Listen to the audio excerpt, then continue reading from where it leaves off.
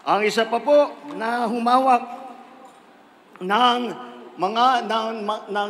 pagtulong sa pagdaan po ng Yolanda ay si Senator Ping Lacson.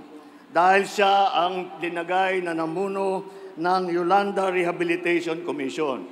Yung po naman ay nakalampas na yung bagyo, paano patatayuin ang mga bahay, saan natin ilalagay, anong mga natutunan natin na huwag natin maulit para hindi tayo mabaha ulit. Lahat po, plinano po ng rehabilitation, Yolanda Rehabilitation Commission, plinano po ni Senator Ping Lacson. Pero Senator Ping Lacson, hindi lamang yan ang naging katungkulan yan. Si Senator Lacson naging hepe ng Philippine National Police. At kung maalala ninyo, ang una niyang sinasabi, ang una niya pong ginawa, pinagsusukat niya yung mga tiyan ng mga pulis. Tinitignan niya kung masyadong mataba. Ibig sabihin, hindi nagtataba, pinag-jogging niya. Ngayon, wala ka na makita ng malalaking tiyan dahil inayos na po ni Senator Lacson. At nung panahon ni Senator Lacson, yung acceptance, yung approval rating ng PNP, ng mga pulis natin, ay napakataas. Hindi na po naulit yung ganung klaseng rating nung nangyari nung panahon ni Chief PNP, General Lacson. Alam na po nila, makita mo, pagka titignan nyo po, maliwanag na maliwanag. Alam na po nila ang trabaho sa gobyerno. Alam na. Ito yung mga klaseng tao, mga klaseng nasa serbisyo publiko na hindi basta, kung minsan hindi na lang nagsasalita at basta't ginagawa na lang ang trabaho. Yan po ang mahalaga. Huwag tayong nakikinig ng mga puro dada ng dada. Dapat ang hinahalal natin ay puro gawa. Pupunta sila sa Senado, hindi upang manggulo, hindi upang magtalunan doon sa kanilang kapwa senador o kung kani-kanino pa.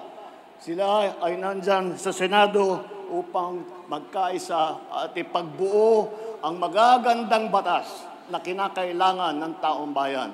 Yan po ang estilo ng ating mga kandidato.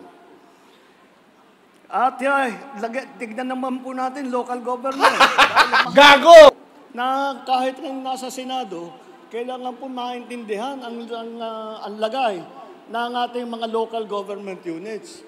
Kaya naman po, mabuti naman, meron po tayong tatlo rito na naging gobernador ng malaking probinsya. Ang nauna po, ang aking kapatid, naging Governor Marcos po ng Ilocos Norte.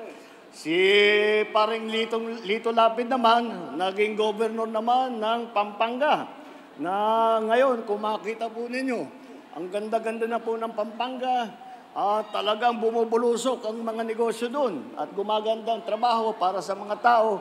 Nasimulaan po yan ng butihing Governor Lito Lapid. At siyempre, yung ngayon, ang pangalawang pinakamalaking probinsya ay hinawakan naman po ng Governor Bong Revilla ng Cavite.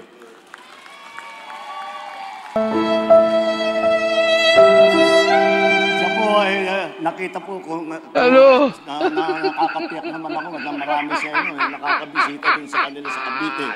Nakita naman din anong progreso, anong pag-uunlad ng Cavite. Yan po ay naging trabaho niya mula nung siya ay naging vice-gobernador, naging gobernador, naging senador, patuloy po ang kanyang trabaho. Kaya makita niyo naman, napakaganda ang mga naging matagumpay na proyekto at programa na sinimulan ng ating tatlong magaling na gobernador.